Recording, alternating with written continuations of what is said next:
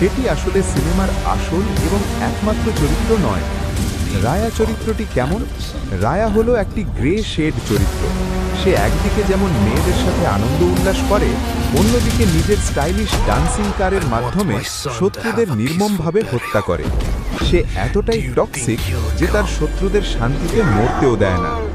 আসল রহস্য, কিন্তু গল্পের আসল শয়তানকে মেকার্সরা এখনো সামনে আনেনি। সিনেমার প্রথম পোস্টারটির কথা মনে করুন, যেখানে যশের লম্বা চুল এবং পিঠে একটি বিশাল ট্যাটু দেখানো হয়েছিল। কিন্তু টিজারে রায়া চরিত্রে সেই লম্বা চুল বা পিঠের ট্যাটু কোনোটিই নেই। এর মানে হলো রায়া এবং ট্যাটুওয়ালা যশ সম্পূর্ণ আলাদা দুটি চরিত্র। সম্ভাবনা, এর থেকে দুটি বিষয় হতে পারে। হয়তো রায়া নিজেই সিনেমার পরবর্তী অংশে এক ভয়ঙ্কর দানবে পরিণত হবে, অথবা এই সিনেমায় যশের ডাবল রোল বা দৈত্য চরিত্র দেখা যাবে। ভয়ঙ্কর দ্বিতীয় চরিত্র, যশের এই দ্বিতীয় চরিত্রটি হবে সাক্ষাৎ এক রাক্ষস, যে বাথটাবের জলে নয় বরং শত্রুদের রক্তে স্নান করে। এটি রায়া চরিত্রের চেয়েও 10 গুণ বেশি অন্ধকার, ভায়োলেন্ট এবং বিপজ্জনক হবে।